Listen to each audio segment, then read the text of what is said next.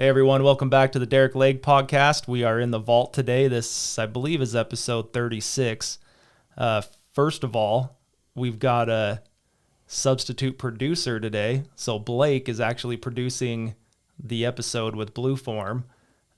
Mallory is down, I guess would be the way to put it. She had a small procedure, and Blake is stepping in to help us out so we can get the episode in for this week. So thanks, Blake. Appreciate you, man. Much obliged. You are a dual talent on the Lori Legg podcast. There's a lot of buttons in here. I don't know what they do. So hopefully we'll get through this. But yeah, Mal's out. She sends her regards. And I'm excited for tonight's guest. Yeah. And I'll shut up. So tonight, on our guest, we've got someone that is very important to me. Someone that I've mentioned it on here before, always believed in me, always pushed me. You know, my crazy business ideas, my crazy ideas just in life. It was always a positive experience. And I've always appreciated that. I didn't really see it until, my later 20s, because I thought everyone had, it's my mom. So I thought everyone had a mom like that, and I slowly realized that wasn't the case. So this is my mom, Lori Legg. Hello, everyone. Thanks for doing this. I know I kind of grabbed you last second and was like, I need someone. Let's do it. Yes, he did. And so I've got a few people like that. Like Tyson's been one, Alex, Brandon. Like I've kind of just been like, I need someone tomorrow. Are you down? And people will usually jump on. So let's clarify. He just said, I need someone about 20 minutes ago. Yeah, I've been out delivering safes all day. Drove out to Kanab, which is about an hour and a half away from us, delivered a safe, drove back, I had to go spec a house that we're doing a vault room for. So I had to go make the measurements, make sure the framers and everything had done everything they needed to do correctly. And then I think I got back to the store about 3:30, 4 o'clock. Abe's there manning the store all day, so big ups to Abe. With the new pop machine outside. I did notice that. Yeah, Abe got his pop machine going. Very cool. As he says, this is my millionaire stuff. Yeah. So nice pop machine outside, so anyone can grab a cold drink this summer. It'll be perfect. Yeah, so he bought that and asked me, hey, do you think it'd be okay if we put this in front of the store? And I was like, I don't see why not. And so we got a few things lined up, and he got a pretty good deal on it. They said it worked, but we didn't really know like to what level. Yeah. And it was 50 cents. And so like anyone that knows anything about making money, like you go buy a Coke can, you're maybe making 10 cents on that. Right. If you're 50 cents is the price. And so we had talked about switching it to $1. Well, like, I mean, neither of us have ever done anything with vending machines. And so I told him, like, there's got to be a way to do it. And he kind of cleaned it up. He made sure the 50 cents worked. So he put a can in, put 50 cents in, kicked one out. This was all at his house. And then the other day we got the electrical all ran. We brought the vending machine over to the store. So it's sitting in front of the safe store. Got it all turned on, got it all going. Everything lights up. And then I was like, well, this can't be that hard to change it to $1. Like I feel like I'm fairly mechanically inclined. I think I can figure this out. And we opened the whole thing up and I'm lost. Oh dear. And I'm telling him, he's like, I've YouTubed it. I've done this. I can't figure out how to change it. And on the face of it where it says 50 cents, there's like a sticker, right? And I get looking at the sticker and I'm like, it looks like there's another sticker under this. So we started thinking it was just a dedicated 50-cent machine. And so I went and grabbed a screwdriver and I peeled that sticker off and it said $1 behind it. Oh, God. So I was like, well, there goes that theory. We know we can change it now. Right. And so it took a little digging on the internet and I found a video that showed how it worked. Okay.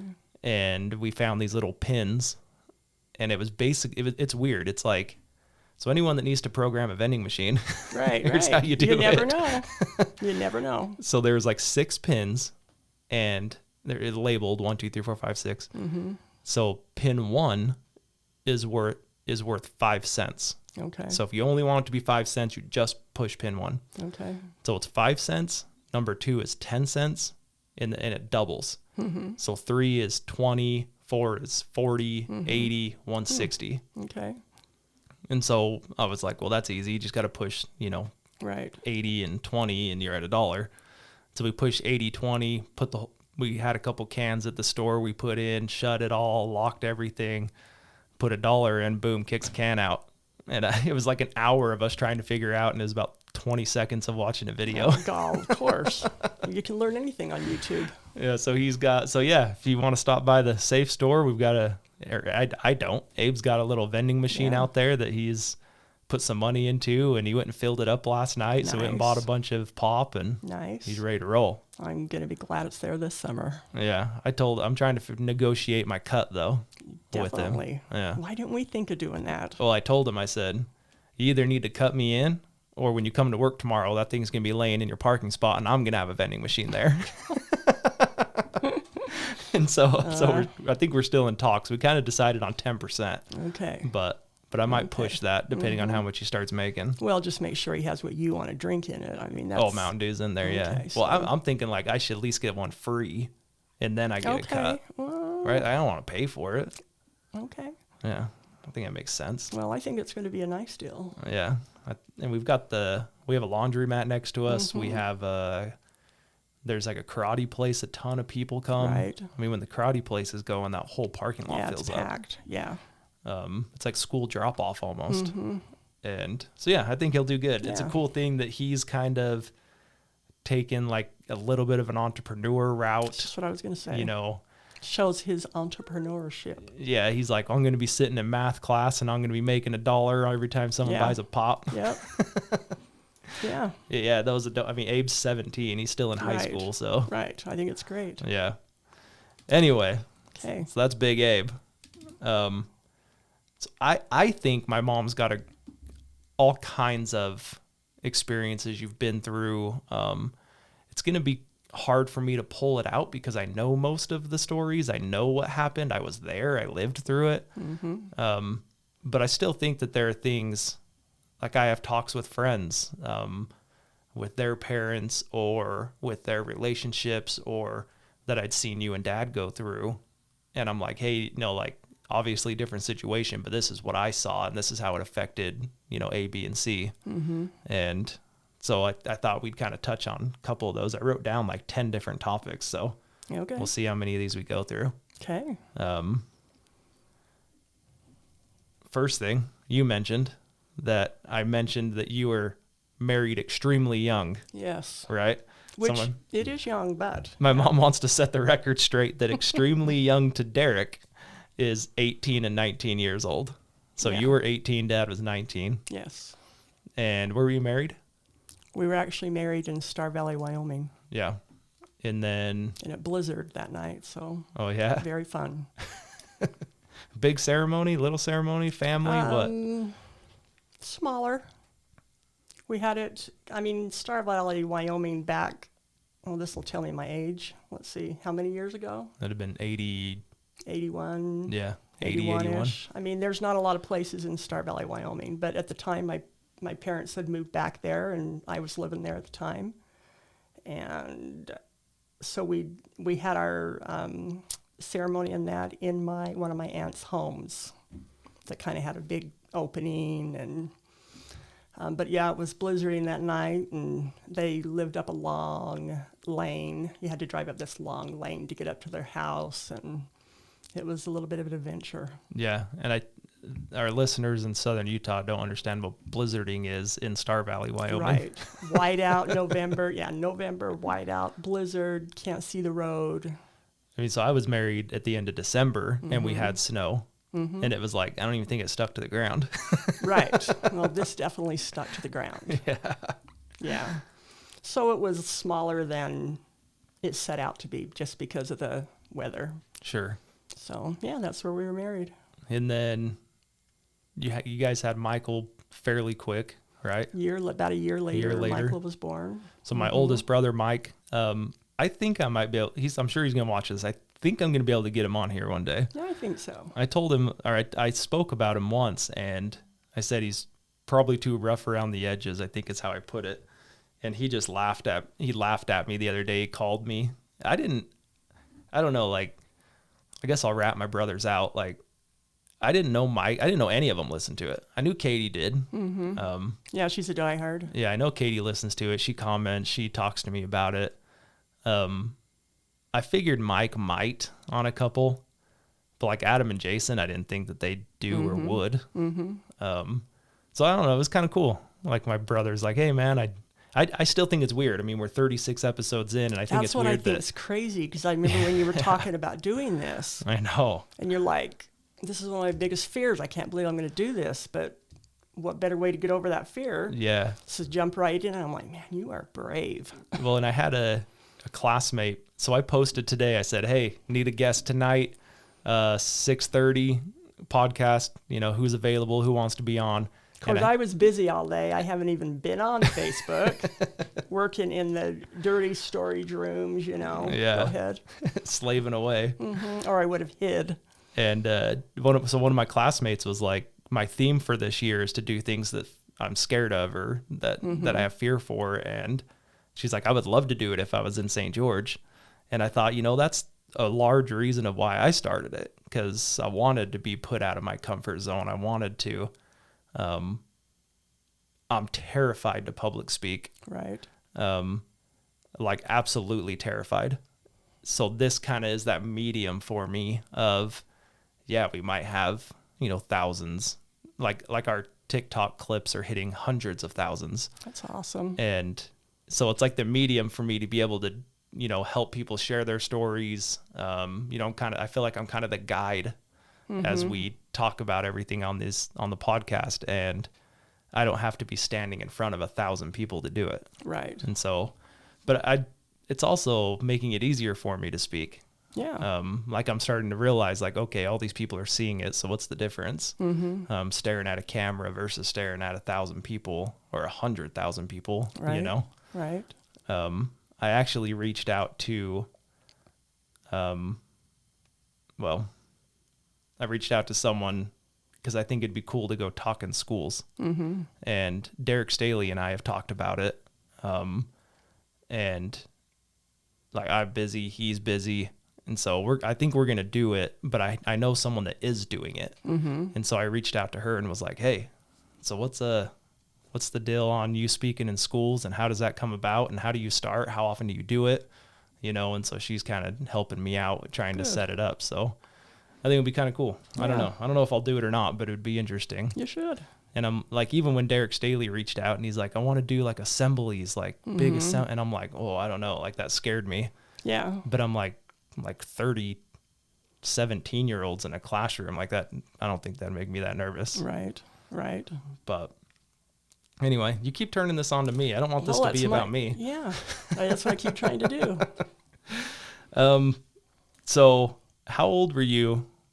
So there's about 2 years in between the 4 boys. Mm-hmm. And then there's a 5-year gap in between me and Katie. Yes. So how old were you when I was born?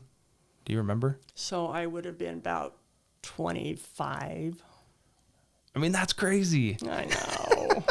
I was 24 when I got married. Is that right? Yeah. So to you, we were 23? really young when we got married. Yeah. And then Amanda and I waited, 8 years before we had a kid? Mm-hmm. So yeah, but that was the point on that podcast we were trying to say. It's just like generationally, it's so different. Right. And sure, I mean, I have friends that had kids when they were, I mean, I knew a couple people in high school that had kids, so like it's still a thing, but it's just the guidelines seem to be a little longer and little longer. Right. I mean, I think kids nowadays, I don't know what the majority is. If I would have had time to prepare for this, maybe I would have looked it up. But how many, they wait till they're a little older to get married. Back when I was in high school, I mean, college wasn't as talked about as much as it is, obviously, even when your oldest brothers were in high school. Compared to when I was a senior. Yeah. Compared to kids just a little older than you. I mean, most girls my age got married and started a family. Right. So that's what I was going to say. It was kind of that's just how kind of it was. Just how the times were. like, I don't know what the numbers are either. I should have prepared. But I'm like, a lot more women are going to college now than used to. And so I'm sure that's what delays some of that. Right. And that was the thing with Amanda and I. So we met in the singles ward. So a couple years after high school, and she was already in the nursing program when we got married. Right. And so that was something we had talked about. Like, we want to get you through school. We want to get you to be able to achieve these things, start a career. And then, I mean, I always assumed I'd have kids when I was young. But when at that point, I was like, well, let's get 5 years out and then we'll see about the whole kid thing, you know? And so that was our plan. And that's what we did. Yeah. She graduated with her master's. She maybe had like 7 or 8 months under her belt. She had moved a couple jobs, and then where she works now with surgery with the Warren Butterfield and trauma orthopedic surgery, job came open and she ended up getting it. And that's where she stayed. She loves being there. So, it took us about a year to get pregnant though. And so it's kind of funny because you think you're just going to plan this whole thing out. Right. Yeah. And then it still goes a year. And I was like, if it happens, it happens. She was starting to panic a little bit, which I understand. You know, I think it's a thing for women when they hit 30, 31, they start, they start thinking, if I'm having any babies, I've got to get them going right now. Exactly. Yeah. And that's where she was. Happen, yeah. And we had a appointment with the specialist, and it was the day before our appointment she found out she was pregnant. Right. And so I just think young people need to relax. Yeah. Like, instead of, oh my gosh, we've gone this long and we're not pregnant, run to the specialist. But, just relax. Yeah.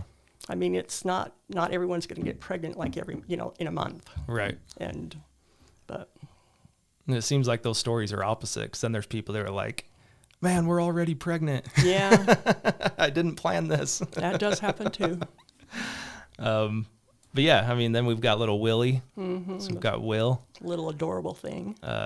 Yeah, he's almost, 16 months now? Going on 17 months. He's almost a year and a half old. Yeah. He's pretty fun, little kid. He hung out with me at the store the other day. Oh, yeah. Amanda was running some errands, and I was like, I'll just take him to the store and come pick him up when you're done. And so I had him, and he's 1, right? So, and the store's like, I mean, we've got $7,000 safes in there. So like letting him run around isn't exactly like my idea of a playground. I mean, I think your store has more safes in it now than I've ever seen. Yeah. Yeah. I mean, it's packed with safes. Yeah. I mean, we unloaded 40 safes on Monday. That's crazy. And there's times we've had 4 safes for sale because we can't get inventory. Yeah, the store's packed. Like, now's the time if you want a safe. Yeah. All kinds of sizes and shapes and everything of safes now. And it's weird because February was extremely slow for us. And so I had an opportunity to capitalize on some of these orders. There was an order that was turned down, and then I kind of jumped in and was like, yeah, I'll take it. Through the supplier. Yeah. Not a different dealer had turned the order down. And then they called me and was like, hey, do you want these? And it's hard because it's like I was coming off one of the slowest months we've ever had. But like I know I need inventory moving forward. And so like it was a risk. I mean, it was a big risk for me, I felt like. So I need it. I'll take it, get it over here. So it only took them 2 days to get it to St. George. So I wasn't exactly that ready for it. We were scrambling to make room, but. Yeah. Tyson took pictures. Tyson came over and helped me, luckily. He took pictures. I never think of that stuff, but he was showing me the pictures of how many safes we had, and I was just like, I don't know how we... Yeah, they were all over the parking lot, yeah, the back lane. Yeah, so you can drive around the back of our building, and half of it was full of safes, and then... I mean, that day you couldn't drive behind the building because there were safes lined up. And I was just like, sorry, guys. Yeah. Like, there's nothing I can do about it. Right. We had like 4 parking spots full of safes. And, yeah, it was crazy. Yeah. I mean, so yeah, right now we have more safes than we've ever had. when I started the store, I figured like 15 to 20 safes on the showroom floor. That was kind of the goal. Right now I counted them, and including like the small pistol safes and whatnot, we're at like 45 safes in the showroom. Yeah. We've got an aisle up the center of the floor, which I've never had before. But yeah, we've actually, and the last week we've killed it. And so since we've had the inventory, Right. and foot traffic's picked up. I don't know if Russia and the Ukraine have anything to do with it, but that seems to kind of drive the weather it. gets, the more people get out. And Yeah, I mean, you have a rain day and you don't have one person show up. That's a good point. Yeah. So yeah, we're ready to kill it this year. Yep. We've got taxes coming up. We've got And you're ready for everybody that's getting their tax return. Very nice safes. And I think we're going to start doing more like tent sale barbecue stuff too. Another thing is, since we're on the topic of the store, I've kind of backed off doing Saturdays, just because I don't want to overwork Abe and I. Right. And I've needed to fill in on one of my other businesses on the mail route. And Abe the other day, he's getting into track, like shot put, I believe. Okay. And so he was talking to me. So I was thinking like maybe we should start Saturdays back up since we have all this inventory now. And he calls me and says, "Hey, do you think that I could," he's like, "I want to get more involved in track. Could I have another weekday off and I'll start working Saturdays?" Oh. And I was like, well, there we go. There you go. I don't have to have that conversation now. That worked out. Yeah. Good. So we're going to start being open Saturdays. And when I'm available, we'll probably do a tent. We'll do barbecue. Cool. You know, we'll try to Cool. get some more foot traffic and awareness over there. That'll be fun. So yeah, another thing I always thought about is like my businesses and myself pay for this podcast, right? I mean, like, so I've always thought I should just be shouting out the business every time, but I'm like, man, people are going to get sick of that, you know?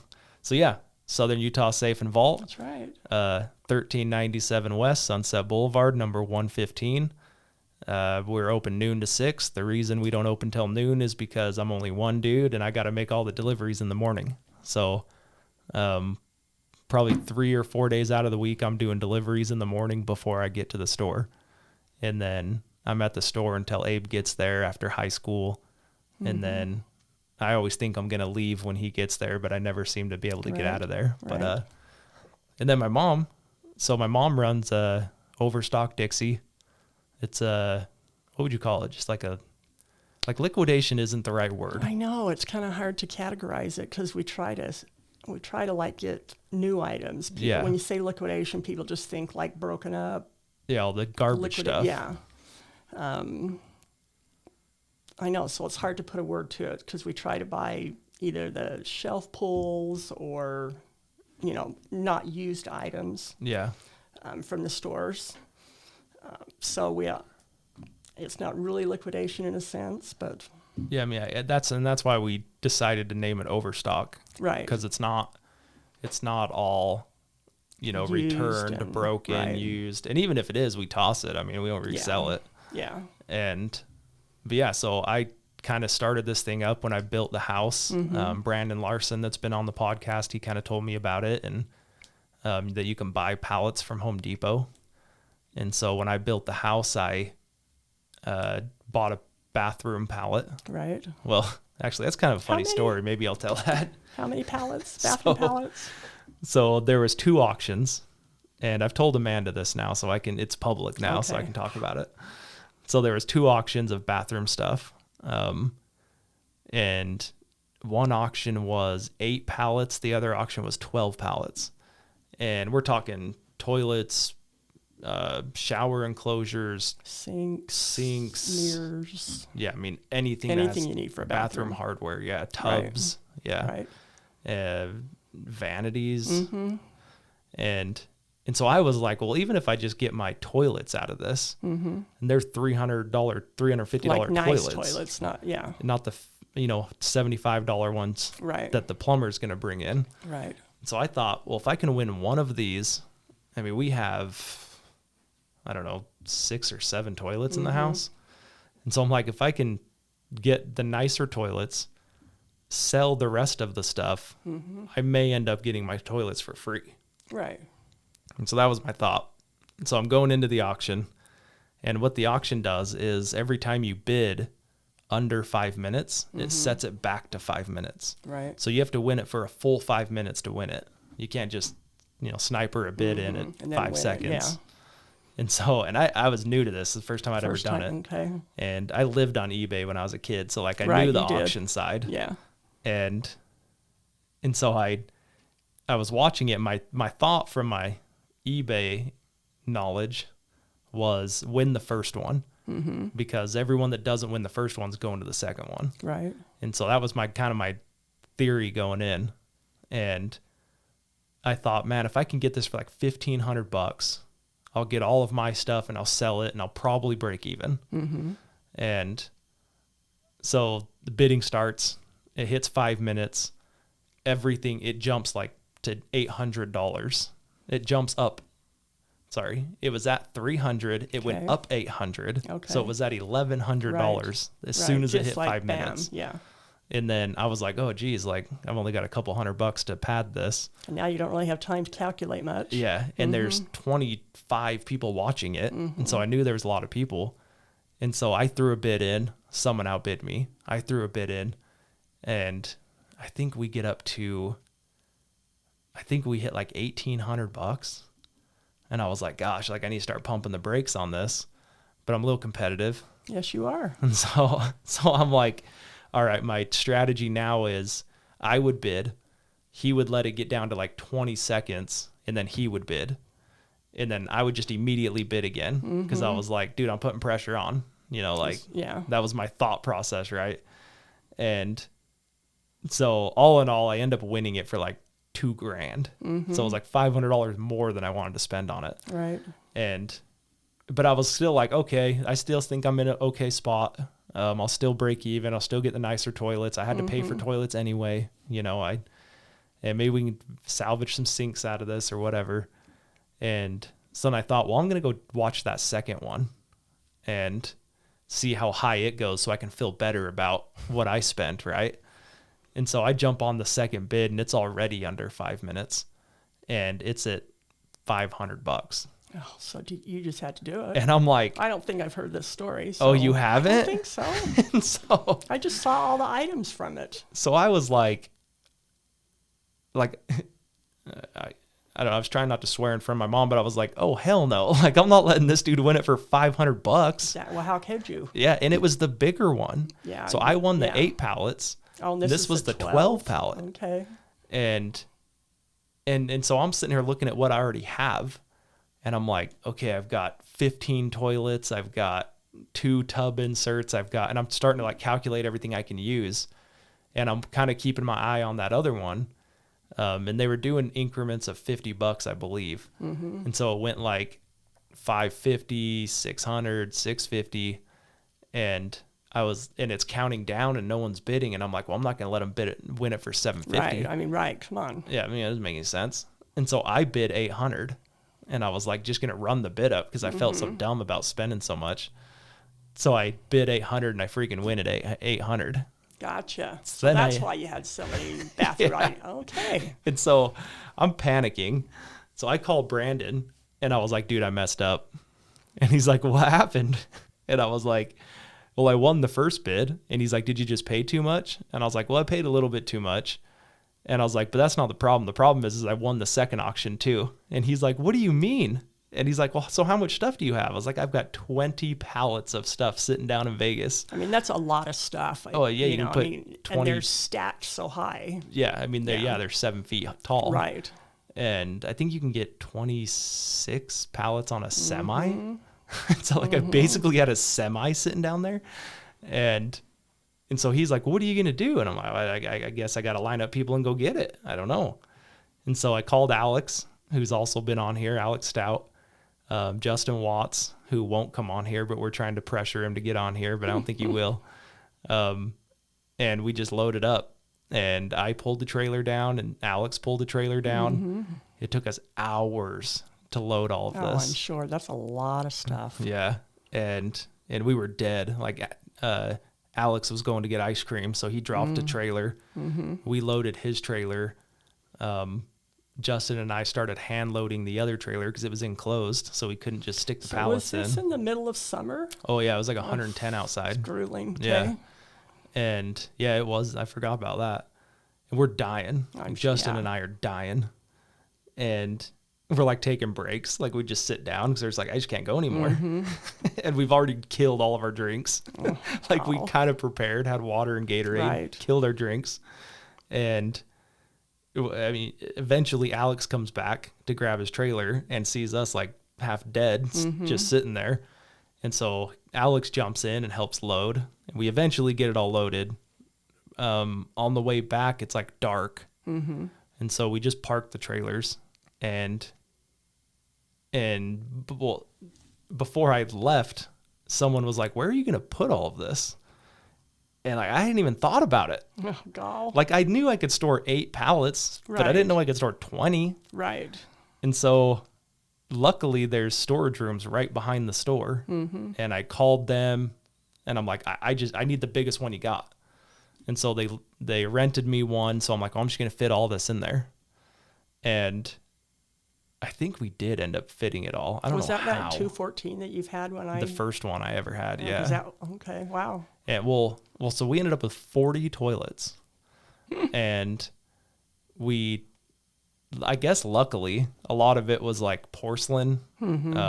So probably a third of it we threw away because it was broke. It was busted up, yeah. I mean, if I would have had to keep all of that, there's no way I'd have had enough room to store it. No. And like the new house wasn't built enough that we could go throw stuff over there. Yeah. And yeah, so that, I mean, basically, so that was the beginning of. Yeah, I moved all the nicest toilets over to the house. I started listing toilets and stuff. Like everyone's like, what are you doing? I'm like listing like hundreds of bathroom things, toilets and sinks, vanities, mirrors, everything. And we sold a bunch of it. I ended up doing the math to where I broke even. And once I broke even, I just didn't even think about it after that. Quit answering people that were messaging me because it was driving me nuts. People would want to come see stuff and I'm just like, yeah, I just don't have time. And so it just sat in the storage room for 2-3 months, 4 months. Least, yeah. And oh gosh, it would have been longer than that. I think, yeah. I mean, it'd been like 9 or 10 months. That's what I'm thinking. And then my mom had moved on from a job at 25 Main. And she was like, do you want me to help you sell that stuff in that storage room so you can get rid of it? Yeah. And I was like, sure. I mean, I was paying like $90 a month. Yeah. And my thought was always like, if I ever needed that room for safes, I had it.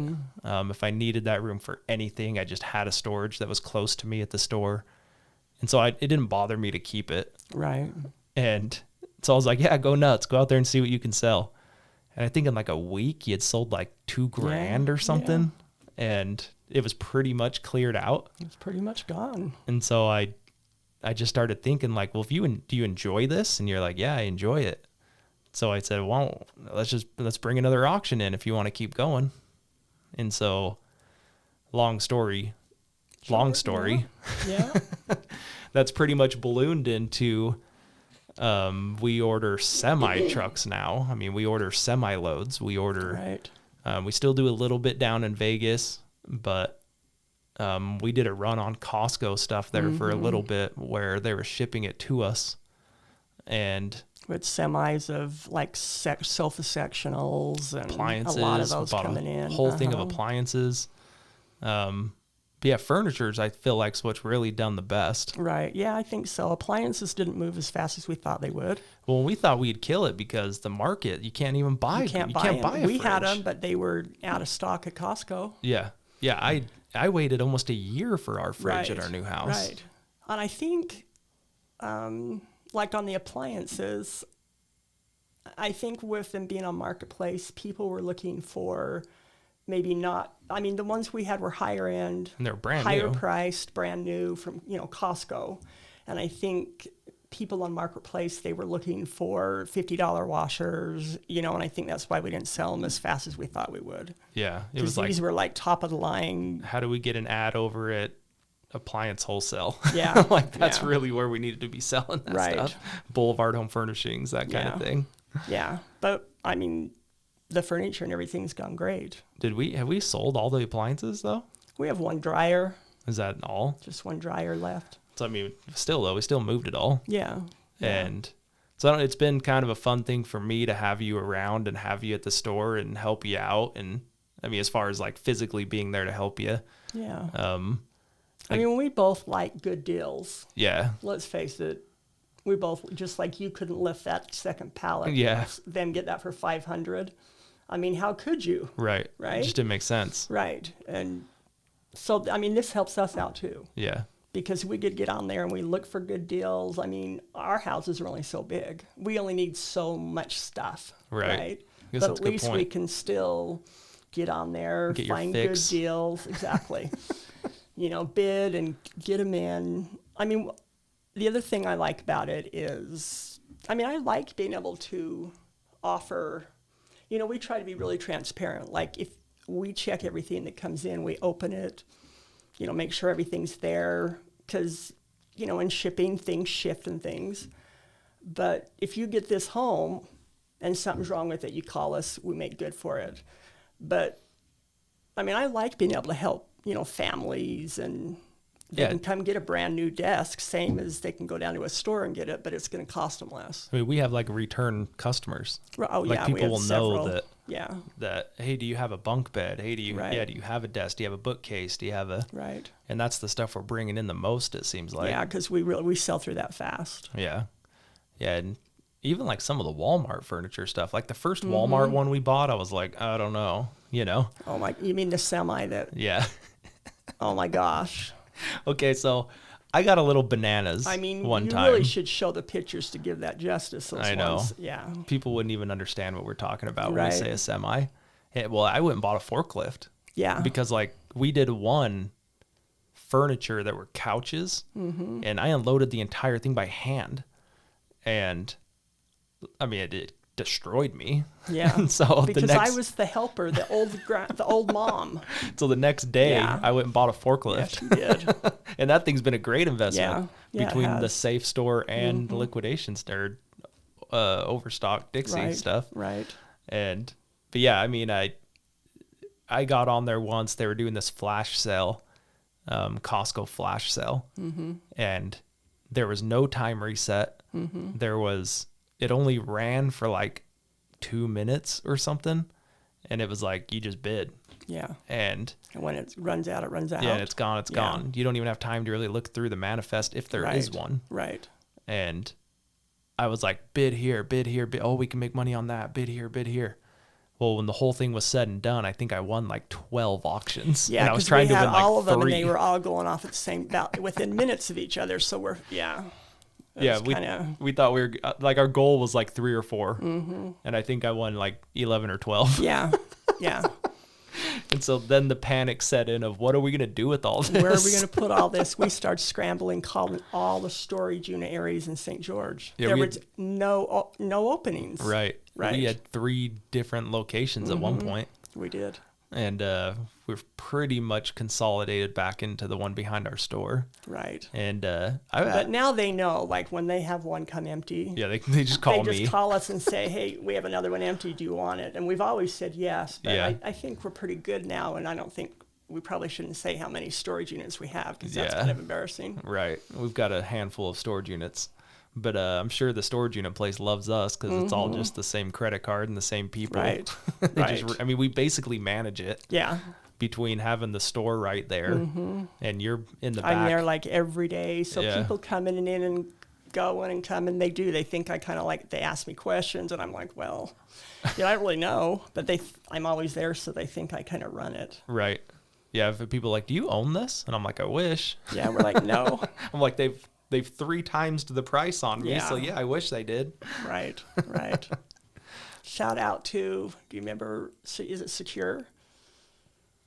See, we have some I don't know storage because I just know units. her by, it's Dusty. Yeah, like I just thanks, know Dusty. Dusty by We're- name. I don't even know the right. business name. Yeah, But yeah, you know what's funny? I've talked to her on the phone. I don't know how many times. I've never even met her. Have you met her? No. Yeah, I told her one day. She said, "So what all do you do?" And I was like, "Well, there's the safe store right in front of the." And she's like, "Yeah, I've seen it." I was like, "Well, so I own that. I own a custom holster company. I own contracts with the post office. And then we have this overstock business. And she's like, dang, you got a lot going on. I was like, yeah. I was like, now you see why I'm so panicked when I need a storage unit now. Right. And she said, well, I'm going to come in and look at safes. And I haven't seen her yet, so I'm calling her out now. That's right. You better get her in while there's a good selection. Yeah. But yeah, I mean, Dusty's been great to work with. And I mean, I've even got her cell phone number now. Yeah. So I just shoot her a text and things usually get taken care of. Right. I think it is Secure Storage. Secure Storage is what I'm thinking. But who runs it is like, it's something realty. Yeah. It'll come to me when we're done. Yeah. At 2 o'clock in the morning, it'll hit me and I'll wake up. Right. So back to you. Okay.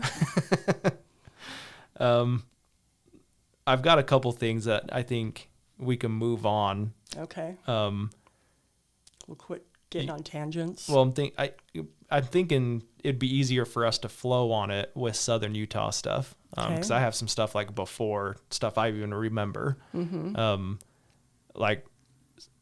when I was 5, we moved to Cedar City. Right. Katie was a baby. We were there for a year? At the most. It's just short a year. Yeah. And then I've drove down that street because I know what street it is, but I couldn't tell you what house it was. I don't really remember it. And then we moved to St. George in a townhome. Right. While we built the house in Washington. Correct. And I remember a little bit about that townhome, but not a ton. Right there, off Diagonal. Yeah. It's like 500 right north up against and Diagonal. The big red rock. Yeah, like our backyard was a mountain. Yeah. And we were on it all the time. All the time. It's funny to think back because like the stuff we did on that was so unsafe. Yeah, I don't want to know. like Mike, man, Mike was just fearless with all of us. And yeah. But I've always given Mike credit of being like the protector. He always made sure that everyone was okay. But I just remember like he would scramble up this like just sheer cliff, and he'd get to the top, and me and Jason are sitting down there like, I mean, I'm 6, right? And I'm like, I can't do that. Now let's put out there first. I did not know this was happening at the time. Yeah, I mean, we were just out having fun, having an adventure. Right. When kids actually played outside. Right. And I remember I told Mike, I said, I can't do that. I can't climb up that. And he throws a rope down and he's like, Jason, tie that around Derick. And so Jason like tied it like through my legs, around my waist, and like tied me up in it. Some sketchy knot, I'm sure. I mean, Jason would have been 8.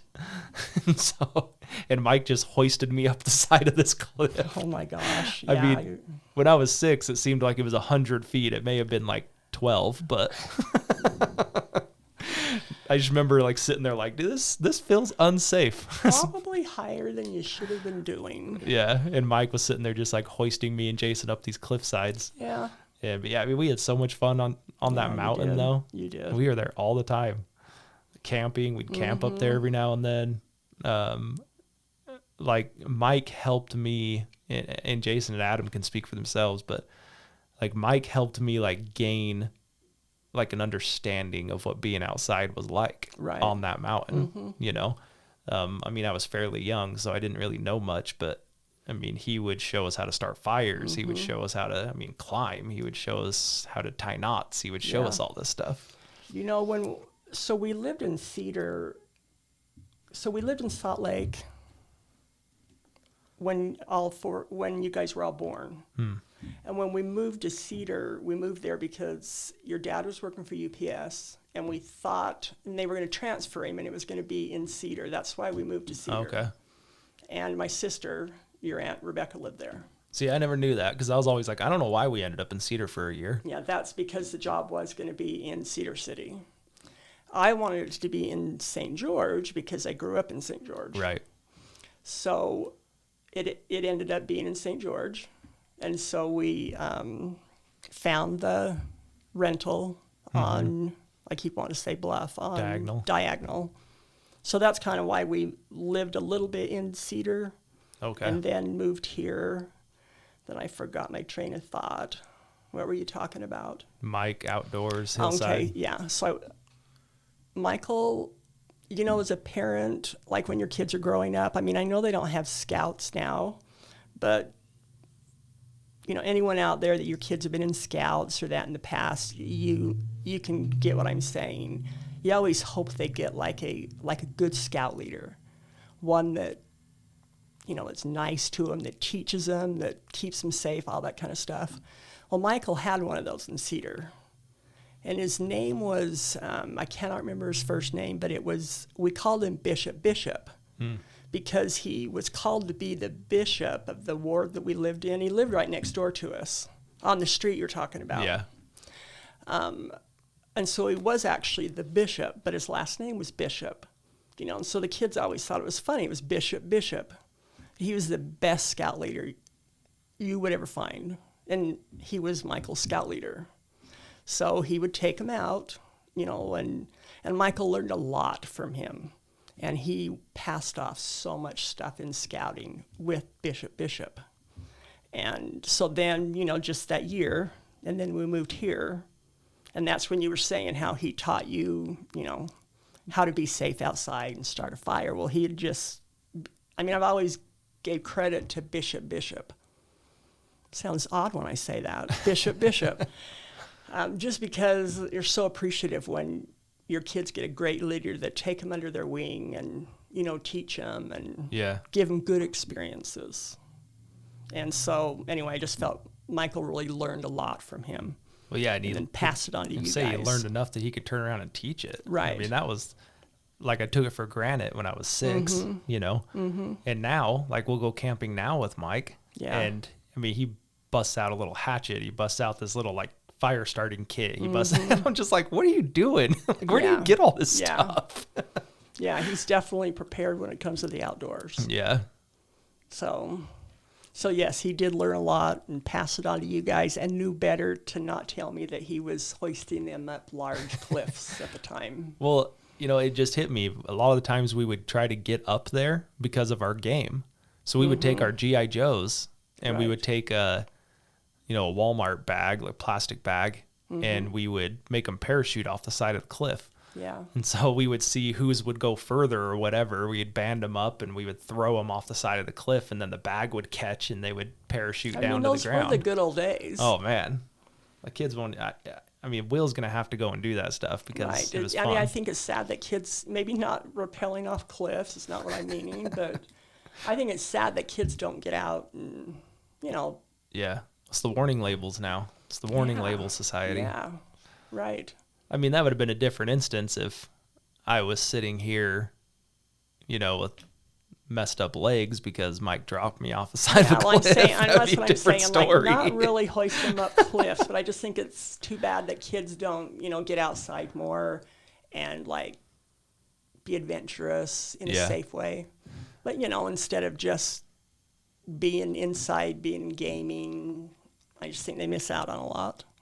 Yeah, we have the Duck Creek property, and that's this last year, that's what I've kind of seen more with having Will up there a couple of the times, is like 100% it's an unplug for me. Like, I mean, I need it as much as anything, but I've seen that, and Amanda's more outdoors than I am. Yeah. And so being able to have both of us there with Will, and I mean, I hope it keeps going the way it is, where he's going to be exposed to all that stuff too. And it's going to be a part of his life to have that outdoor, you know, fishing, camping, fire, hunting, you know, all of that. And as long as you, like, keep it in a positive atmosphere, you know, don't like yell at dumb things or whatever and teach him to hate it. He will love it. He'll go out there and love it and pass it down to his kids, and it'll just kind of go on. You know, instead of, I think, like, playing outside, or just what you were saying, like being up at Duck Creek, and he's little now, but as he gets a few years older, if you're always yelling at him like, don't get, and you make him nervous and hate it, he's not, you know, he's not going to like that. But you guys don't do that, I know. Well, I mean, obviously, you know, to keep him safe. I mean, he's one, so. But I mean, to draw a parallel to that, growing up, we all played baseball, and I'm sure I've told this story on here, but that's how I always viewed my dad with me was like, I wasn't praised a lot, and I was playing kids 2-3 years older than me. Right. And I would play, I mean, I was hot corner. I'd play third, I'd play shortstop. And I'm trying to be humble, but like I was one of the better kids on the Right. team. I was in all-stars every year. I was in Yeah. all that stuff. But like the love for it quickly went away for Right. me. And I started gravitating more to like football because dad didn't know as much about it and couldn't coach it and Right. those things. And I feel bad though, like being old now and having a kid, I'm like, I honestly feel like he was doing his best. He just Right. wasn't able to like transfer that to us very well. Yeah, I mean, it was the best he could do. Yeah. Like, I never agreed with having you guys play up. I mean, I know some parents think, well, but it'll make them better, but you should be able to shine sometimes, and luckily you guys did. But Well, but like in his stance, I understood it. And he explained it to me once, Right. you know, I mean, he told me, if you don't want to play on Jason's team, you don't have to, you know, Right. but he told me, you know, I want to coach you. I want to be a part of you playing. But I mean, he can't coach 4 teams. Right. And so like, I understood that, yeah, but yeah, it's like, I'm like, dude, cut me some slack here. You know, I'm 9 playing you're against just a little 14-year-olds. guy. You're just a little guy. I know. Yeah. And, but yeah, I mean, so that would be the parallel to that. And I'll just be raw. Like, part of when I was preparing to be a dad, I'm terrified of that. I pretty much have my temper in check compared to when I was a kid. I understand the toxicity of it. Right. But like, I don't know. I mean, I haven't been in those situations. I would hope that I would not push that, you know? See, I grew up like, I just don't really ever think I remember seeing my parents have a temper. Like, that just was not part of my life. So, you know, I didn't know how to deal with it, or like, it was just foreign to me. And so it really bothered me when they said, oh, he just has the Legg temper. So when we got back to Salt Lake and we went in for an appointment for something, I don't remember. But I remember talking to Dr. Allred because I was so bothered to think, okay, like, this can't be normal. And are all my kids, I mean, this is a lot of years ago. Yeah. You know, and so I said, so they think that it's normal to have a temper, so it's the Legg temper. They say all my kids, oh, they just have the Legg temper. And he's like, no. You know, and I was so relieved because I thought, what a terrible thing for a person to have to carry that around all the time. Right. And not be taught how to handle it, you know, how to deal with it. And I'm not saying I have all the answers, because like I say, before I got married, I had never even dealt with anything like that. But I was relieved when the pediatrician, how many years ago, 30 years ago, said, no, it's not like born. It's not hereditary. just, right. You can change this. They just, you know, kids need to learn how to cope instead of just throwing things, you know, different things like that. Yeah. But- I mean, I think it's going through a cycle again right now. I think a lot of it's because people just, you know, there's no struggle anymore. Everything's so comfortable. Right. And so, and you have to accept everything. Like, you have to be so acceptive of everything. Yeah. And if someone acts out, that's okay. That's who they are. And it's like, no, it's Right. not okay. It's not okay. Yeah. I think there's a fine line too, because you can't just be docile. You can't just be Right. passive. You can't just be,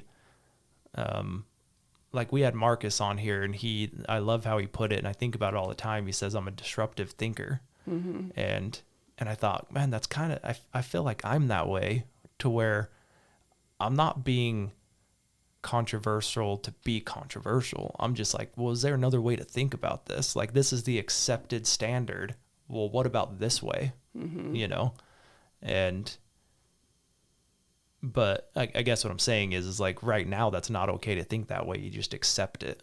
You know, you just accept that's how that person is. You accept how this, standard is. And I don't know. I hope that cycle's not starting over like the Blake and I had talked about.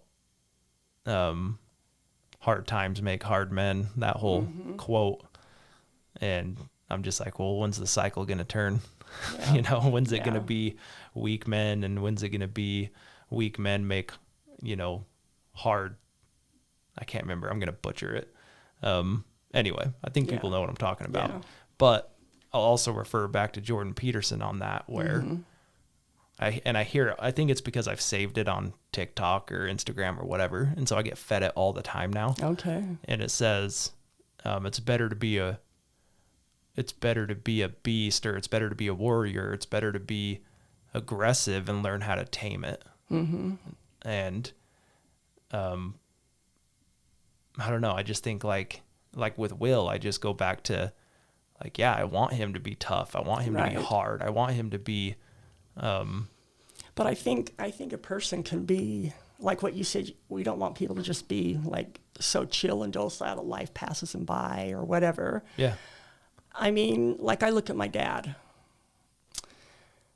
Now, obviously, now that you boys have got older, like there was 4 girls in our family. Right. So we had never seen my dad like, I don't know what. Do you know what I'm trying to say? Yeah, he has a way that he acts around women differently. Right.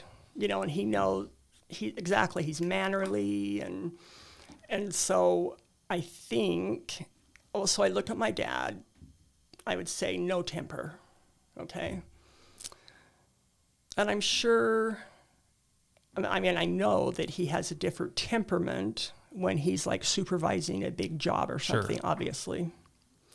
But in general, he just doesn't have a temper, okay? And I mean, look, like nothing passed him by, so I think you can still do everything you want in life and go as far as you want and have no temper.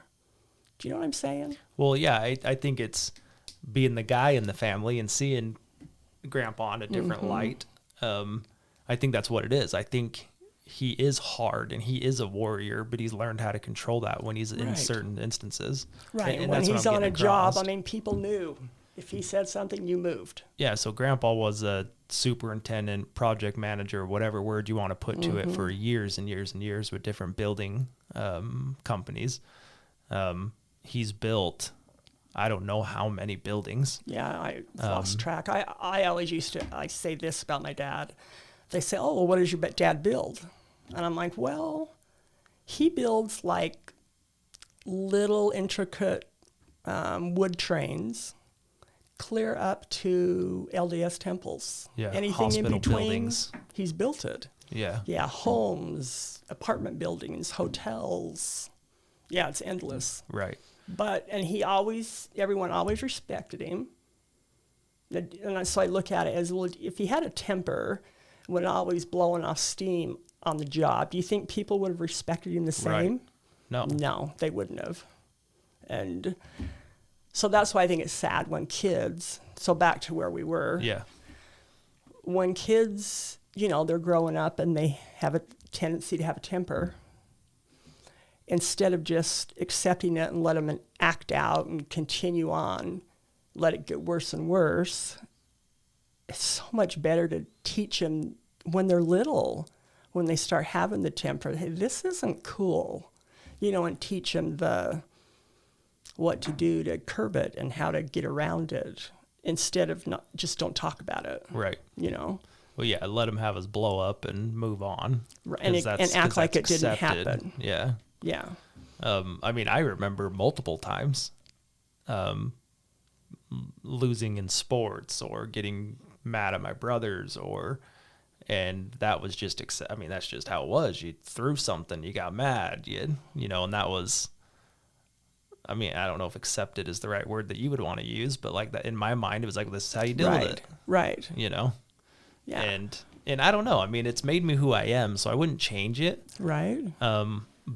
But maybe learning how to understand it and understand why it's negative and how it can hurt you may have changed something at a younger age. I think that's what I would hope for people, is because I didn't know, like I had never experienced anything like that before. And then you got four boys throwing stuff around the house. Well, you make it sound, you're extreme. Well, I remember doing it. I mean, yeah, you all probably, yeah, you had your moments, but, you know, and we were, as far as temper goes, I thought this was funny. Sometime last summer, Beckham was in the car with me. We were going somewhere, and he's like Grandma? Beckham is Mike's son. Yeah, he's 12 now, but this is about a year ago. He's like, Grandma, like, I've never, ever seen you get mad. You're like, I don't really get mad. Yeah. Like, even raising 4 boys and a daughter. I don't know. My parents never, didn't blow off the handle and get mad. Yeah. Yeah, and so I don't like get mad and have a temper or angry but it just kind of, when he said that, I'm like, well, like, why? Well, what good does having a temper? And how does it make people feel that you're throwing the temper towards? Yeah. And yeah, you're hurting both of you. Right. And right. I'm not 100% curbed on the temper side. Don't get me wrong, but I mean, that's what it is. I mean, when you blow up, usually when you step back and look, you think, well, that was stupid. Right. Yeah. Now I've got repercussions I got to deal with. Yeah. Yeah. And seeing, so when, in our early years of marriage and that, I mean, I didn't know what to do with it except, hey, this is not normal. Yeah. To me, this was like, But, I would try to talk, but I didn't have the means to really help him figure it out, Sure. I always tried to help him. I mean, I tried to get him to go get help because I didn't know. Right. Well, how could you? Yeah, I mean, it just was totally foreign to me to carry on like that. Well, yeah, and it was probably foreign for him to not carry on like, Well, yeah. that was normal to him. Totally. And, I mean, how he grew up and his dad and so, Right. like, I don't even fully fault Dad on any of that. I'm like, no, he it's just didn't know any better. That's what I'm saying. It's just how life was. Right. And I didn't know how to help. But I'm like, you got to break, in my mind, I'm like, you got to break that chain at some point. Exactly. I mean, I couldn't do and be and accomplish everything I'm doing at, well, I'll be, 33 next week? Is that right? Geez, that makes, And, oof, that really makes me old. but I'm like, I couldn't do all that if I acted the way I acted when I was 12 or the Right. way Dad acted when he was 33, Right. Right. So, I mean, I guess the thing to pull out of that is maybe get help. Maybe I need to get Mallory on, we need to contact someone that is a therapist because I have a lot of questions like this and I've never sat down. I think I've sat down with a therapist once in my life. I didn't think at the time what I was going through, it was for me. There's obviously a lot of instances where people need it. I mean, I understand why it's there and I understand that people need it. And you don't even have to have some big crazy thing happen in your life to need it. That's what I was just going to say. Some people don't need it. Right. But you can still benefit from it. Right. Even just listening to like podcasts and different things that I listen to, I think just gaining that knowledge that someone else has. Maybe I don't need it now. Maybe I need it in 10 years. Or maybe you may never need it, but you may help someone along the way that does. Yeah. Down the road. Right. And I'm not sure if I've texted Marty or not, but Tyson's dad is a therapist. And so I've talked to Tyson about it. Like, we should ask Marty. I mean, I'm going to have him on. Well, I don't know if he knows that yet. Marty, you need to come on. You know what? I just hope that, through the years, I mean, we were married for 30 years. And it wasn't all terrible times. Right. But when the temper came up, it was terrible. Right. And, during years come and go, like sometimes it was more prevalent than other years, right? And every time like a temper would throw off, happen, it'd say, okay, I'm going to get help tomorrow. But it would never happen. And I just, like, if you have a temper, don't think it's not hurting anyone. Right. You know, just don't go get help. I just think, and there's so many things that, like after your dad and I were divorced, and all you kids would sit around and talk, I was just horrified. Right. I mean, because I was usually home. I mean, I traveled a little bit for my job, but that job, doing that, kept me home almost all the time. There were so many incidences, is that how incidences? Yeah. That I wasn't even aware of. Right. You know, and I think it just makes me, well, I used to not even be able to talk about it. Like it just.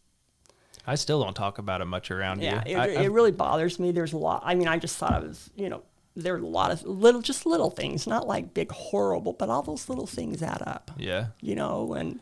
Well, I have a couple good memories of Dad. Most of my memories are something like that. And I'm not trashing him for it. I'm not saying anything like that, but it's just the truth. I mean, a lot of the things when I think back about my dad are negative. Well, and we're talking about it because we want to help someone. I'm trying to make people aware of it. I'm not on here trying to, and this wasn't even the point. I don't even have any of that on here. Yeah.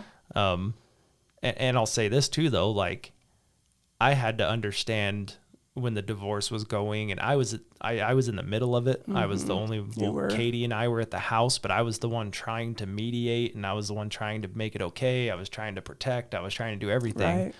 And it took me a couple years after that to realize that like Mike and Adam had a different dad than I did. They did. You know? Yeah, they did. You could get Mike and Adam on here and they'll tell you, they'll have completely different stories from what like Caitlin and I would, stories we would have. And Jason's got kind of both sides of it.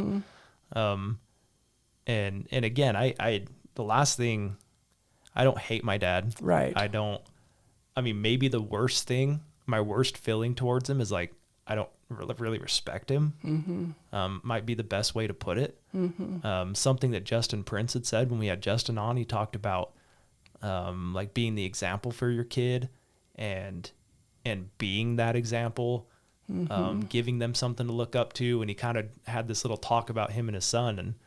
And I thought, you know, I think Dad did his best and he knew what we needed to be. Right. He just wasn't great at, well, one, being that person. He wasn't taught, right, first of all, how to get past those anger feelings all the time to be able to help anyone. Yeah, exactly. And so the older I get, and I never hated him. Right, no. I never hated him. So basically what happened was things were getting bad. His mental state was falling, depression, bipolar, you name it, with health, mental health. And he was in and out of BMed a couple times, behavioral medicine a couple times. But there was one instance when he was home, there was a blow up. I had confronted him upstairs, more trying to calm him down. Right. He had just got out of BMed that day. Yeah. And I was trying to tell him like, hey, what's going on? You can talk to me. You know, why are you so mad? You know, what's going on? And I kind of stepped in front of him because I was like, no, like we're dealing with this now. Like that was my tone. And I mean, I'll never forget it. And like, I hate talking about this around you because I know you get a little emotional through it all, but I'm like, I'll never forget him standing in front of me. And first he's like, get out of my way. And I was like, no, like you need to be an adult. We need to sit here and talk about this. And he like points me like right in the face and he says, do not push me. And I don't know. I just stood there and I thought my dad's never really hit me. Like he tossed me around a couple times, the one time I probably deserved it that I can think of. And, and so, but I thought, I knew in that moment he was going to hit me. Right. I thought, and I'm a lot larger than my dad is. Right. And so I was like, dude, if you hit me, you better knock me out. Like that was my thought. And I was ready for it. Luckily he didn't. And I was You were here. gone. Yeah. Yeah. I wasn't there at that time. Well, and going through my head, the MO of my dad was get mad, slam doors, hit something, and then leave. My whole life, that was my dad's MO when he was Right. mad. And leave us to pick Yeah. up the pieces. Yeah. And so I'm downstairs hearing this blow up going on. And so I start like, okay, I'm going to have to go up there and figure this out. And the door shuts. And so I was like, well, there he goes. Yeah. And so I ran upstairs when my mom had left and my dad was still there. Right. And so I went up to like go check on my mom was my mindset. Mm-hmm. And then that's when I kind of ran into him.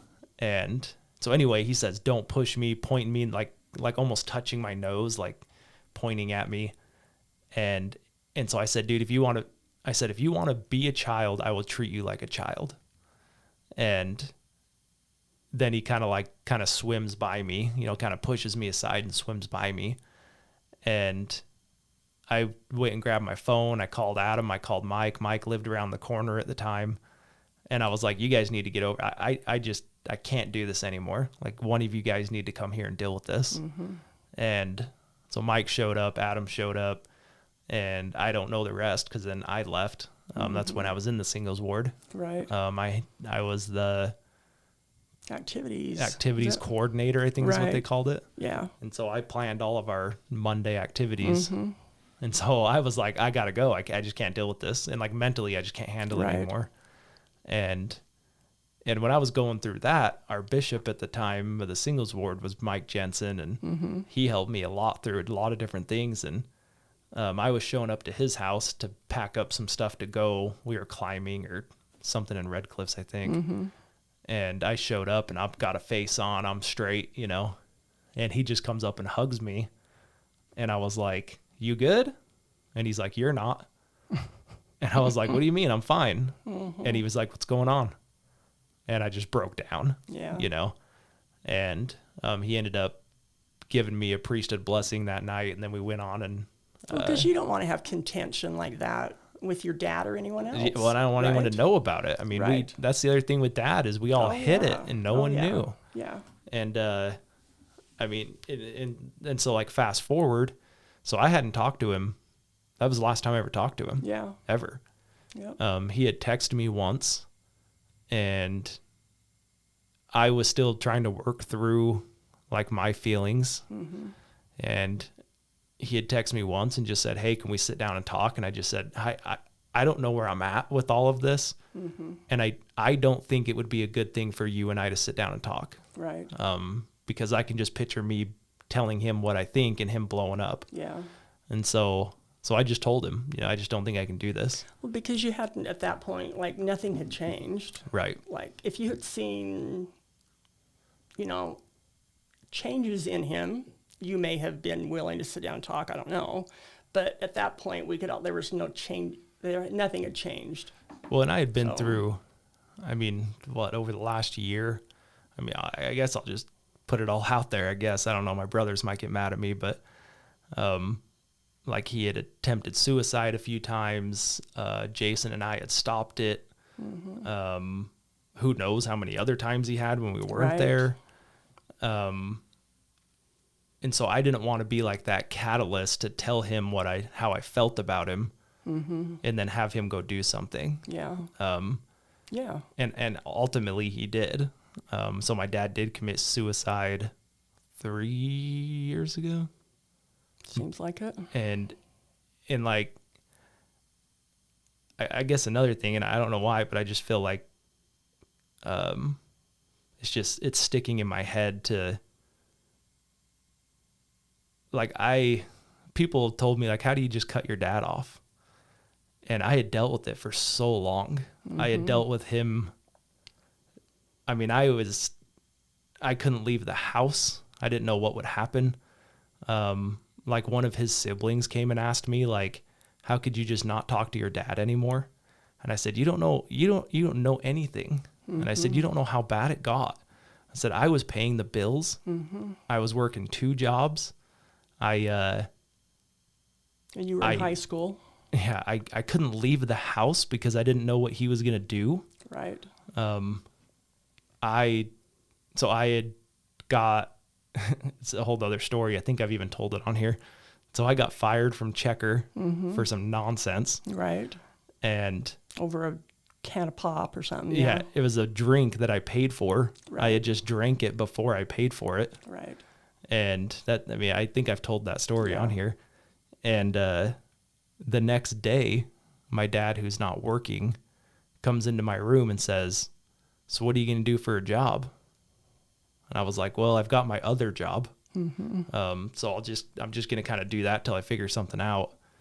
And he's like, "Do you think you're going to make enough to help me out?" And I was just like, dude, like I'm like 19. And you know? at the time, I had, You had no, no idea. idea. I had no idea Well, because that- I was working. I was working a lot at the hospital, going to school full time. Right. And I just like, yeah, I had no idea that was going on. Right. And I didn't want anyone to know. I mean, I was trying to protect my dad. I was trying Right. to You were trying to step hold everybody up. I was together. trying to, Yeah. and so like, I'm not mad about it. It's just what Yeah. happened, you know? And so anyway, I don't know. At that point I was just like, I just can't do this anymore. But what I was trying to get at is like, people need to understand that's okay. And I don't blame myself. I don't blame anything. I shouldn't. I mean, it wouldn't be healthy to. Right. I knew that day when he left and we kind of had that confrontation. Is that the right word? Yeah. I knew that one day he'd end his life. Yeah. I mean, I knew it. And I couldn't have that on my shoulders anymore. Right. Like I had to move on. And I've had talks with people in the same shoes I was in. Maybe it's a spouse or it's a sibling or whatever. And I just tell them every time, I'm like, look, it's not your place. Right. You know, I mean, yeah, you can only help someone so far. And if they don't want the help, yeah, I mean, and it's not your Yeah. fault. It's not your It is fault. It's not not your your problem. fault. It's not your, I mean, that's their choice. It's their Right. life. It's their decision. yeah. And Kids aren't supposed to have to fix their parents, yeah. you know? Well, and again, I try to always, after I talk about dad, I always try to say, you know, for years, he was a great dad. Right. Like when you were talking about scouts, I mean, he was huge in a lot of people's scouting. Yeah. He single-handedly probably got 5 or 6 different kids that I'm aware of. They're Eagle Scouts for Right. helping them. And he, I mean, I wouldn't have gotten mine without him. And so he That's played why a I'm huge saying role. it wasn't all terrible Yeah. times. Yeah. He played a huge role in a lot of people's lives. I mean, he was Elders Quorum president. He was Young Men's president. He was Scouts. And I mean, I'm just talking the last year that him and I had a relationship. Yeah. And it was the darkest times of his life, Yeah. you know? And so I don't want to sit here because if someone that knew dad Right. would be like, what is he talking about? Right. And that has happened. Yeah. And that, you know, when people have told me that, like, that only see one side of the story, you know, outside of the house. Right. Like, people have, I mean, we're talking like neighbors, like people that were around us all the time, every day. right. I mean, we had a few neighbors that saw a lot of I used to call them temper tantrums. Yeah. You know, An him adult tent for tantrums. throw a big cabinet out the front door, or, things like that. And if they're listening, they'll chuckle because they know who they are. Yeah. You know. But I think when you're living that in your house, you act like everything's fine. Right. What's the Which- alternative? I don't know, like everything's not fine. And I did, like, from day one, like I said before, tried to keep getting him to get help and all that, because look how different our lives would have been if he would have got help when he was a child. Yeah. How to handle that, you know? Our lives would have been totally different. Our lives would have been probably kind of what I pictured, that I would still be married, 40-something years now. Yeah. I mean, when that day came, I remember kind of sitting down and having a talk with you because you were not on board still to I was divorce. well, yeah, I was just sick to think that I would make my kids a statistic. Yeah, that's what you kept saying to That me. was my thing. I just couldn't believe that because I never in my mind pictured that. I just kept hoping things would get better, and things weren't getting better. And, and it just, Right. yeah. Yeah. And I remember our conversation. Like it was yesterday. I remember sitting down with you and just telling you it's time. Like, I know you don't think it is, but like, trust me, it's time, and I know that nobody wants to go through this or have to do any of this or even have to tell him this is where it's going. Right. But it was time. And I guess coming from parents who are divorced and at different ages, it can affect you differently. I mean, Tyson and I have talked about that on here. He went through his parents getting divorced when he was younger than me. I was in my 20s. Yeah. And I was kind of basically on my own at the time. I was still living at home for those reasons we just talked about. Right. In my mind, I thought for you, definitely for me in the situation, it was for Katie. Yeah. And Katie maybe we'll have her on sometime and she can tell her story of what she went through. Cause and that's the thing. When you were talking about what families are going through, we all went through different things in that time. That's right. I mean, Mike was out of the house. Adam was married with kids. We were all in a different stage in our life and we all went through different things. Right. Well, and yeah, I mean, Michael and Adam had no idea. I remember like how bad it had got. Yeah. Well, I remember telling Adam that I was covering bills for Dad. Yeah. And he was like mad at me. Yeah. And he's like, why would you do that? And I was like, dude, like, what am I supposed to do? I said, I went home a week ago and the lights were off. Yeah. Like, am I just supposed to let Mom and Katie live with no power? Like, what am I supposed to do?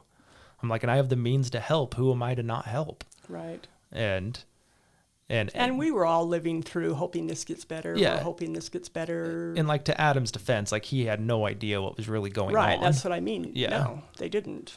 And yeah, I mean, Adam and I have had conversations about it and I think he thought that there was hatred there. And like I've said, there wasn't. Right. So that's kind of the talk that him and I have had. And he's like, I think that'll change. And I'm like, I think I'm pretty set with where I'm at and I'm okay with it. But people that are going through this stuff, I mean, that's kind of... Don't just sweep it under the rug. But that's part of our story. There's more to it. I mean, I don't have 4 years to recite everything that happened. But that, I guess inspired might be the right word. I feel like, and I've had this conversation more and more recently, that people just...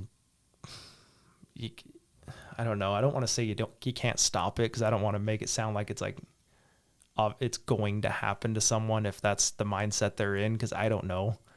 I mean, that's something when I die that I would like to ask Dad, like at what point were you like,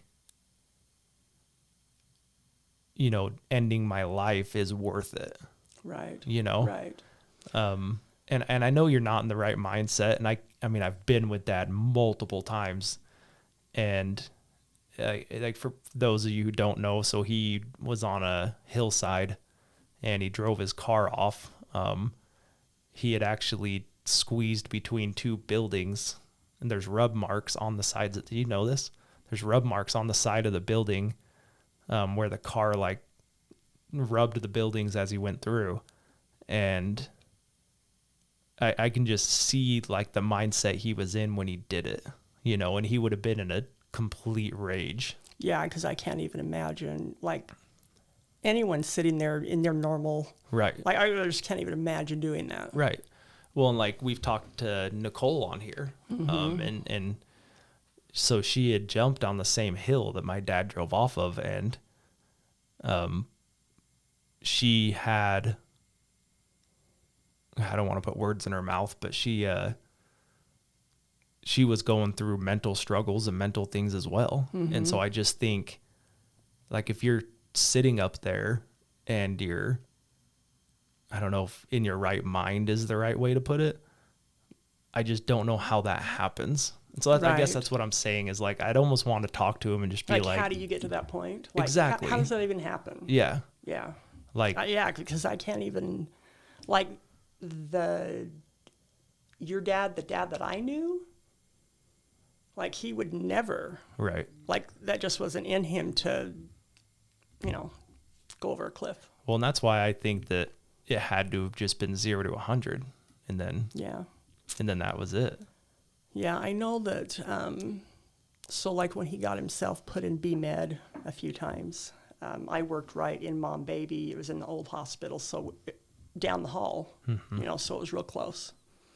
And so I would go in there before I worked nights then, and so I would go check in when I'd get there in the morning, and then I would go back before I'd leave in 6 o'clock at night. And I knew the doctors there, obviously, because sometimes we would float over to B-Med. And I do remember one of them telling me that, like, the few times that he had attempted, I guess, not really attempted, but attempted suicide, they told me, it's for attention. Like one of the very first time that we're aware of is when he literally waited for you and Jason to walk into the kitchen and then, threw a bunch of pills back. But he waited, because he was in the kitchen for a bit, waited till he heard you guys coming up. Yeah, so Jason and I were downstairs. He had come home, Jason, and so we lived in a split level. So like the thing of the kids were, we'd sit at the bottom of the stairs and see what was going on. And so Jason and I were sitting at the bottom of the stairs. He had left earlier. We knew the mood he was in. We knew the mindset he was in. So we came back, and I looked at Jason, and I'm like, dude, you're up. Go up there and see what's going on. And so, you can jump back in. Yeah, so I'm just saying, like once, so talking to the doctors, they said, that there is like a call for help. It was more they weren't meaning attention in a bad way, but call for help. But the problem is when you have someone and they keep doing those call for helps, one of these times it's going to goof up and it's going to become more than a call for help, which ends their life, and which, is sad. And so you hope that you can catch it before it gets to that point. But, I just keep going back to, like, if he could have just got the right help when he was young. Yeah. And because I think, especially men, I think we all are to a point, but most men are too prideful. A lot of them are too prideful to ask for help. Yeah, I think, say that because I raised 4 of them. Yeah, you kind of know a little bit about guys. Yeah. And so they don't want to ask for help because it makes them look weak, is what they're thinking in their minds, which is totally 100% not true. So I don't know. I just hope that maybe parents nowadays can put their phones down, because I think that's one big problem with, watching young kids nowadays, just being out in society, and no matter where you're at, whether you're in a restaurant or you're, sitting over at Instacare or wherever you're at, you look around and these kids are running amok, and they're down by, like, just yesterday I was somewhere and these 2 little kids were running around and they were on the ground. These 2 elderly people were sitting in their chairs, and these 2 little kids that obviously were not with these elderly people were getting down in front of them and trying to look under their chairs, and the parent, so, you can spot the parents, and they're like this. Yeah, looking at your phone. And they have no idea what's going on. And I just think, and I noticed that probably 15 years ago. I remember, I must be at Instacare a lot. Your stories are all at Instacare. No, but I do remember this was at Instacare. It's the first time it was a long time ago, but I just watching this little kid, and he was just in his own little world, and he was jumping, like, on all the chairs and, like, tossing the little books and then there was this younger couple sitting over here who were obviously the parents, because it's all that was in there really. And they were both just glued to their phones. And here's this little kid just totally in his own world. And I just thought, this is what our world's becoming. You know, it's when cell phones were out newer, and it's just like, put your phones down. Spend time with your kids. If they have a temper, don't label them as, I don't know, all these labels make me crazy. Oh, his ADHD, just deal with it. That's just how he's going to be. Yeah. You know, don't go there. Right. I mean, ADHD is a real thing. I'm just using that as an example. Right. You know, don't just say, oh, he has whatever, and that's just how he's going to be. Right. Like, you have to be like we started with. You got to be so accepting. They just have the leg temper, so that's how they're going to be, huh? Yeah.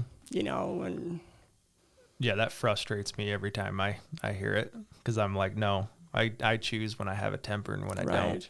Right. Wow. I didn't think we were good on the subject either. Yeah, that was not my point. That was not my purpose. Like I said, it's not. I do have divorce written down, but nothing else. But yeah, I think even divorce, and I was gonna say this, being a kid from divorce, I was in my adult, so I have my opinion. If you were younger, it's probably a different opinion, and I respect that. But when it's for the better, when the kids are going through everything the kids are going through, and that was the talk that we had when moms or dads, I mean, I guess this could be the other way. Oh, for sure. When they're sticking in to stick in, when you're doing it for the kids, when you're doing it, you know, whatever your reasonings are. You're worried about statistics. Yeah, statistics. Yeah, I remember more worried about mental health. I remember when you told me that, and I was like, I'm 22 or whatever I was. I'm 20 years old. I'm gonna be fine. I still made you guys a statistic. But what I'm saying is, if it's better for everyone, right? Like, maybe it is an option. I'm not saying do it. I'm just saying maybe it's an option. Exactly. Yeah, because it wasn't, like I said, there was so much going on that I wasn't aware of. Yeah. And all you kids would have been better off if that wasn't happening to you. Yeah. You know, and I didn't realize that. And I didn't realize so much was going on until it was too late. I mean, you know, should have, well, who knows when you're supposed to cut ties or whatever, but. Yeah, I mean, and like I said, I mean, when all that stuff was going on when we were kids, I can't say that we would have been better off if you would have divorced Dad when I was 9. Yeah. Like, I don't think I would have been better off. No. So that's not what I'm saying. I'm just, when it got to that point. Yeah, it was time. It was time in our situation. I guess I was part of it in our situation. Yeah. Do you know how long we've been going? Too long, probably. Way too long. It always just runs. We do need to talk about something happy. I don't know. Like, what do you want to talk about? Well, I don't even know. Well, What's I happy? do. The last thing I have on here is being a grandma and having adult kids and grandkids. So you jump on that. Oh goodness. So from the day I can remember, my mom's always told me that the only thing she's ever wanted to do is be a mom, and I think it shows. I mean, I think anyone that's our friends, anyone that hung out at the house, we had the hangout house. There was always food stocked. I'm sure it was stocked every day for how many people we always had there. And, so true. But I mean, like, everyone wanted to be around you and Dad and us, and we had the hangout house. Right, and so like that's what I meant when I said it wasn't always like that. Yeah. Yeah. You know, and we did. Like, our house was always full of kids, and right.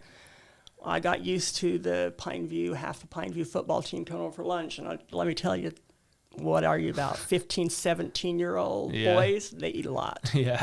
Yeah, so you're right. I was restocking all the time. And I knew which, you know, like Spencer Eaton liked the orange drink powder, and, you know, and each kid liked this certain thing. And they weren't even my kids, but still, when I went to the grocery store, if we were out of that, I'd pick stuff up. Of course. You know, and I always wanted my house to be the kid house, because then you know what your kids are doing. Yeah, and who they're running with. And, right. Yeah. Right, and so it pretty much was. And I always felt lucky, like, raising you kids, you know, and then seeing all your friends and everything.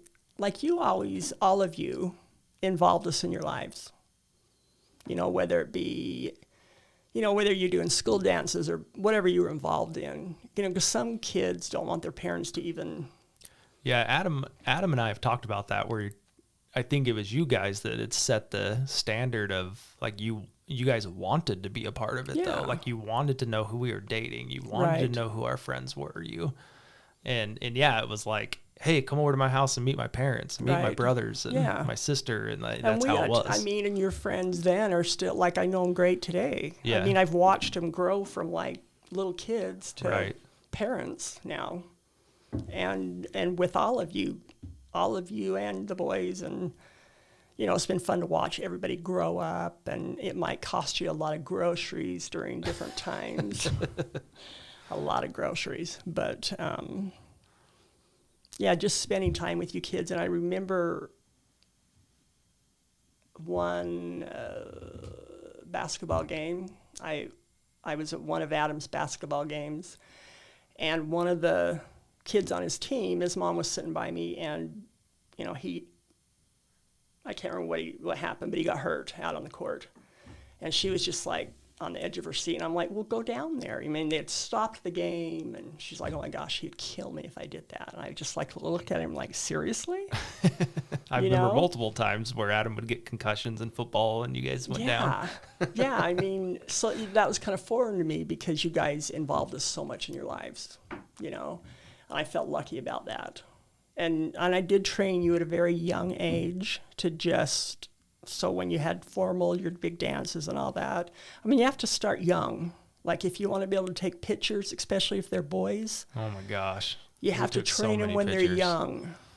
But you guys would go pick up all your dates, and instead of picking up your dates and then going on to the, I had to go by mom's house. Yeah, then you would come back and we'd have the big photo shoot. I'm like, you know, they're going to do pictures there, right? Well, and any of you parents out there, you know what I'm talking about. So we were the lucky ones that, yeah, our kids would give us the time, and, you know, instead of listening to us whine, they just learned how to stand. You guys learned how to stand up there and smile and just be quiet, because she'll get it done faster if we just do what we're told. Let's get it over with. Yeah, well, yeah. But I mean, I knew we were that way. Mm-hmm. I also had Myrna Stout, and I had Mama Hardman. Right. And so, like, who you were to my friends, they were that to me. Right. You know, and like Mama Hardman would do. So there was one dance that we did, and there was a ton of us, and she volunteered to cook dinner, and Jeremy Hardman's siblings, like, waited on the tables and stuff. Funny, yeah. And I'll be honest, I was kind of like, I don't know about this, you know? And like, I'm sure the food will be great, I'm sure, but I don't know if this is going to go how you guys are planning it. Yeah. And it was, like, phenomenal. Right. And I think we had did it once or twice after that because it was so fun. Yeah. And being a part, like you were, like she was, like Myrna's been for me. I mean, I've grown from that, and I know that my friends, I mean, Alex, I'm sure would say it. Tyson, I mean, name them, right? Name them out. I know that, like, they're comfortable enough to be around you. Yeah. I mean, if we run into each other and you're not around, yeah, you know, we stop and chat. Right. It's not like we need you to, you know what I mean? To, like, that. Right. Or to know each other type of thing. Yeah. Yeah. Because they've grown up. I've watched them grow up, and we know each other that well. I mean, like Myrna and Shelly, like, I just called them mom. Right. Forever. Yeah. And so. Well, yeah. And like all of your friends, same thing. Yeah. And those are the good old days. Right. Yeah. We'll talk about being a grandma for a minute, and then we'll wrap this up. I mean, come on, being a grandma's the best. Like little Will. Yeah, so you got how many grandkids? How many do I have? Like, it just seems like they keep growing.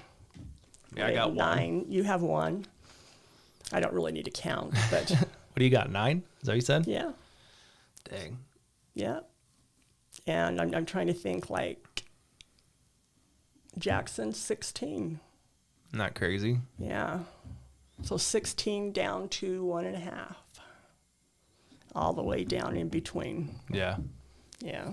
And it's just, I mean, anyone that's a grandparent knows how fun it is to be able to love on them, spoil them, give them more treats than they're supposed to have. Well, it's fun for me to see you and Terry, Amanda's mom, like every time. So Terry watches Will like a day a week. Right. And I usually try and hang out with Will for a couple hours on those days before Terry gets there.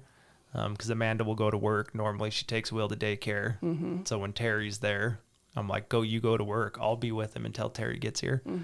And like as soon as you or Terry or even Katie come through the door, he's booking it to the door. Yeah, you just little. And so it's like fun for me to see too, because I have a great relationship with your parents, so my grandparents, and it's always been important to me to have that. And so to have, and that was a fear that I had with Dad too.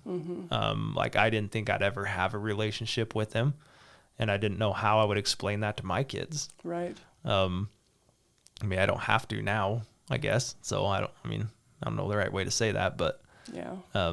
He can just know what, I guess when he's old enough, I'll fill him in on what had happened and what I had learned from it. And they'll know who he was. And, yeah. I mean, he's in pictures, right? Like he's around. Right. And I don't know. It's important for kids, whether they're like my grandkids or you kids. It's just so important for them to know, like, grandparents. Like, I look at the relationship like all of my kids have with my parents. Like, how wonderful is that? Yeah. I mean, so wonderful. I enjoy every time I see them. I mean, they were just down. Well, they were down, went home, and then came back down for a weekend. Right. And I don't know. I wish I need to make more time. I wish I had more time available. To go. I mean, they're in their 80s. Right. And I feel bad because they're up by Rexburg. Yeah. Idaho, and we're down here. Right. And it's a day's drive pretty much, but just too far away. Well, it's like you drive up there. It's a day to get there. Mm-hmm. And then so you go for a weekend. Right. And you stay a day. Right. And then you drive back. And I mean, they're worth it. Don't get me wrong. Grandpa's property is worth it. But it's a lot when you have to get up and go to work Monday morning. Yeah, and you've got a 1-year-old, and you get and I don't know. I love seeing them when they come down. Though is what I was saying. I see so many people say, "Oh my gosh, we're moving to wherever, California or whatever." Well, they're probably not moving to California. Yeah, now, moving but let's here. say they're moving to, I don't know, Colorado, Texas. Texas. Okay, Texas. Because I'm just so tired of my sister always at me, and my mom always needing me to do this, and I'm just like, we're going to move down there, and I can just worry about myself now. And I just think, how sad is that? Yeah, that's not my life at all. I just think that's so sad, and you see it quite often, they're just so excited to be able to move away and be themselves. Yeah. And how sad. And I think I would think, this is my own, I don't know what the percentage would be, but I bet when that happens, a lot of them, once they've moved away, they look back and think, oh, wow. They finally appreciate what they had. So sometimes it's a good thing, then they can move back. But I just think it's sad when I hear that, because you hear that quite often. Yeah. I can't wait to move away from my family because they're so needy or whatever. See, I love having our whole family here. I'm so lucky because I sit and a lot of my friends I went to high school with, we went Dixie 1981. A lot of them still live here, but I'm sure the majority of them, their kids, they've moved. Yeah. They're all over the country. But I'm pretty lucky that all my kids live right here in St. George and all my grandbabies. Well, even when Les and Terry moved back, I was excited. Yeah. I mean, we were having a kid. We were building our house. Right. It was, and I've told her, I'm like, it's important to me that he knows you guys and he is around you guys. And Terry's a blast. Right. I mean, I'm not saying that because I know she listens to the podcast. She is outdoors. She's climbing. She's she's a bundle of energy. Yeah, she takes Will to the park. They go to the carousel. They go do all this stuff every time. Yeah. It's Grandma Day. That's what she calls it. Right. And I don't know. I think that family is getting more distorted It's becoming less important, and I know some families that I could understand why it is. So don't get me wrong. I'm not saying their family's perfect, Yeah. but I think for kids, it's whether, you're divorced, you're blended, you're, just Yeah, there's all kinds of mom and families dad and out there, kids. Like, I'm yeah. not saying that one way is perfect, but just to know the value of having family. And that's one thing that's instilled in us, I feel like, from day one. And I've always given Mike Right. credit for Yeah. Mike. I feel like Mike kind of keeps it all together. Right, and I think like he, well, all of you guys have kind of picked up on your favorite traditions, I think, as you're growing up. But just like him at Christmas, I mean, he keeps Yeah, he like our does. main traditions. He kind of keeps them going, and Yeah, you guys, when you see me next, you can ask me what the Great Swami is, but that's one of our Oh, family yeah. traditions. but only certain kids know the Yeah. Great Swami. Right. Right.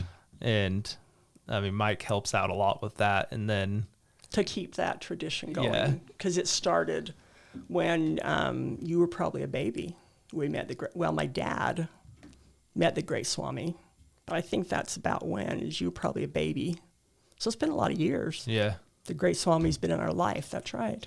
But yeah, I mean, like, I guess I think about, I don't know. I mean, your sister's kids, did they all do that stuff? I don't know if they've kept in touch with the Great Swami like we have. I mean, we do it every year. Oh yeah, he visits us every year. Yeah. And even writing letters out. Mm-hmm. So we wrote letters out at my house this year. And was it Thanksgiving? Thanksgiving. So we yeah. did Thanksgiving at our house. And I'm not that guy. So like, I'm glad Mike is, because I'm just Yeah. like, whatever. Yeah. And working at the post office for so long, Christmas just is like almost depression. It's like bah humbug. Yeah. So it wasn't that big of a deal to me, but Mike taught me a lesson, and I saved the picture on my phone because I was just kind of sitting there like, whatever. It was just precious. And Mike was getting his kids to start writing their letters. And then without even a thought, he came over and swooped up Will and had Will sitting on his lap. And Will can't write, doesn't talk, but But they he's like, telling. but he But was Will being a was part of telling it. his uncle what he wanted Santa to bring. Yeah. And he was part of it. Just being Right. part of it. Right. And kind of setting that standard for him. And it made me kind of be like, all right, like, I guess it's time to, Yeah. you got a kid now, and it's time to kind of start doing some of this stuff. Yeah. But Yeah, and I think Michael. I call him Michael. I know no one else yeah, does. we call him Mike. I always call him Michael. So my dad and my brother are both Right. Michael. So Right. that's where the confusion comes in. Yeah. But when being over in Iraq for a few Christmases and all that, I just think like it sometimes instills more of those traditions it instills it in him a little more. And That makes sense when you don't have like, it. I probably take it for granted, but he's had years where exactly. he hasn't had it. Exactly. Makes sense. And so just like talking about the moving away thing, and they learn to appreciate their families once they move away. There you go. Same thing, kind of. He was away. He's not over in Iraq. He doesn't have time to worry about, doing any of those traditions anyway. And so he didn't have that. And he learned to appreciate it more. Yeah, that And makes sense. I think that helps him because he does always make sure that those certain things are done. Right. And I'm grateful for that because when it's only me and I'm running 1,000,000 miles an hour, Yeah. and I was just thinking, I've got to call Michael and see about Swami. And then he called me and he'd already talked to the Great Swami. And I was so glad because I was out of time and energy. it is fun. So Thanksgiving is my favorite holiday, and it's fun to kind of transition some of that away from you and grandma and grandpa or whoever, and like the adult kids start taking it over. Right. And so yeah, like Thanksgiving's kind of I feel like it's kind of my gig. Like, I'm like, okay, it's at our house. I'm cooking a ham. Who's bringing what? We'll have the football game on, that kind of thing. And Smoked ham it is, and it is divine. yeah, every year I smoke a ham. I don't like turkey. I know. I don't even really like chicken. Like, I'll have like KFC chicken, but like just like, I don't know, roasted chicken, I Yeah. guess. Like, it doesn't even do anything for me. Yeah. But yeah, I'm a ham guy. Anyway, Wow. we're hitting 2 hours. Wow, we didn't really talk about a lot, but hey. I know. I hope Mallory can pull some clips out of this. No, I think getting into kind of what it transitioned into without the direction of that, like I hope someone can pull something out of that in the situation that they're in, and I think they will. Like I said, I've talked to people that I could almost just send them a part of what we've talked about, and I think it would help them. I'm like, I've been through it, man. You know, it wasn't my husband, it wasn't my wife, it wasn't my sibling, but this is what I went through, and this is how it affected me and affected, you know, A, B, and C, and you're back to talking about like your dad and that. Yeah. One thing, when I finally, it was my sons that finally told me it's time. But when I had spoke to one of the doctors at BMed, I mean, he told me, I mean, this had been going on for a while. And I am asking him I never imagined this was going to happen in my life ever. And so he says, the problem is until they quit blaming all their problems on someone else and I'm not thinking of the right words, take it upon them, like, what am I trying to say? Well, it was just everyone else's fault. Yeah. Constantly. No ownership. Then it's not going to change. And that's what they told me. And that's exactly what it was. Right. And so I just reach out before you get to that point. Don't let it get to that point. And I don't know how to tell you to reach out when I finally did reach out when I was just done. I'm so over this. I was going 24 hours. I was just constantly running. And so I finally thought, well, I need to go talk to someone because I got to figure out what to do with this. And then he found out about it and insisted that he go with me to a counselor. And that didn't really go anywhere. I can't even remember what happened. Well, I remember he came home one day and he told me the counselor said that he was normal and we all have to learn how to adapt to him. Right. Yeah. So just get help way before then. Don't keep, I just kept thinking, okay, it's going to get better. It's going to get better. I kept trying to do everything I could think of to help him get better. But he wasn't in the right frame of mind. Like his doctors would tell me, and they were right, because he just kept blaming everyone else. It didn't matter what the kids, what anyone would do, the doctors or anything, until he would accept that some of it was him, nothing's going to change. So if you're dealing with that in your life, if it's someone in your family or something, and they won't go get help, looking back now, because I tried for 30 years, just go get help. Don't let it go 30 years. You go get help and figure out how to either help that person or what you need to do to help you if you have a family. You navigate it. Yeah. Navigate through it so everyone comes out healthier. Sure. With better relationships, and don't wait that long, I didn't know how to handle it. I should have got professional help a long time before that because I didn't know what to do with it all. But, yeah, I mean, I guess that's a different way to look at it. And I won't put his name on here, but I had a talk with a friend the other day, and there were some instances in his life that have come up, and he was struggling how to process it, even though it wasn't himself. Mm-hmm. It was someone else in his life. And he told me, he said, I had a friend reach out and say, hey, I know you're dealing with some things in your life. Have you ever thought about talking to a counselor about it? And and this person ended up telling him, I'll pay for it. Mm-hmm. I think it'll help you. I'll even pay for it.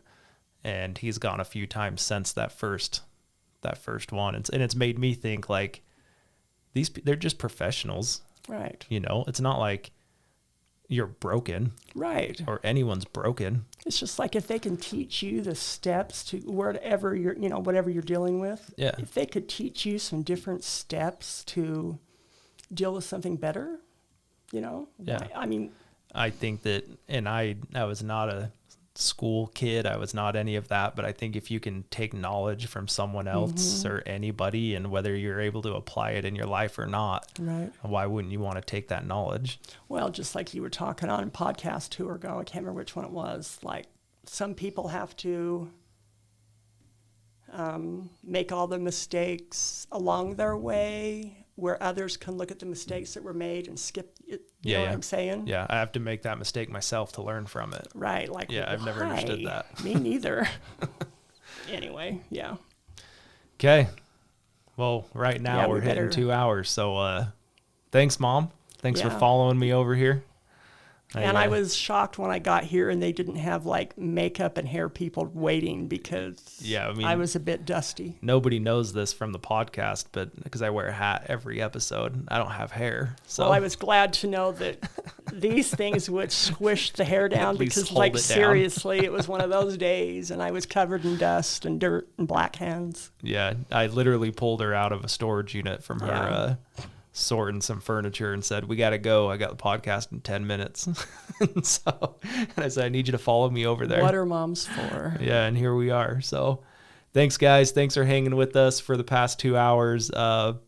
Please like, share, comment. If you think we're doing a horrible job, let us know. If you think we're doing a great job, let us know. It does help Mallory and Blake and I to, tweak some things and do things different. And just the feedback is cool.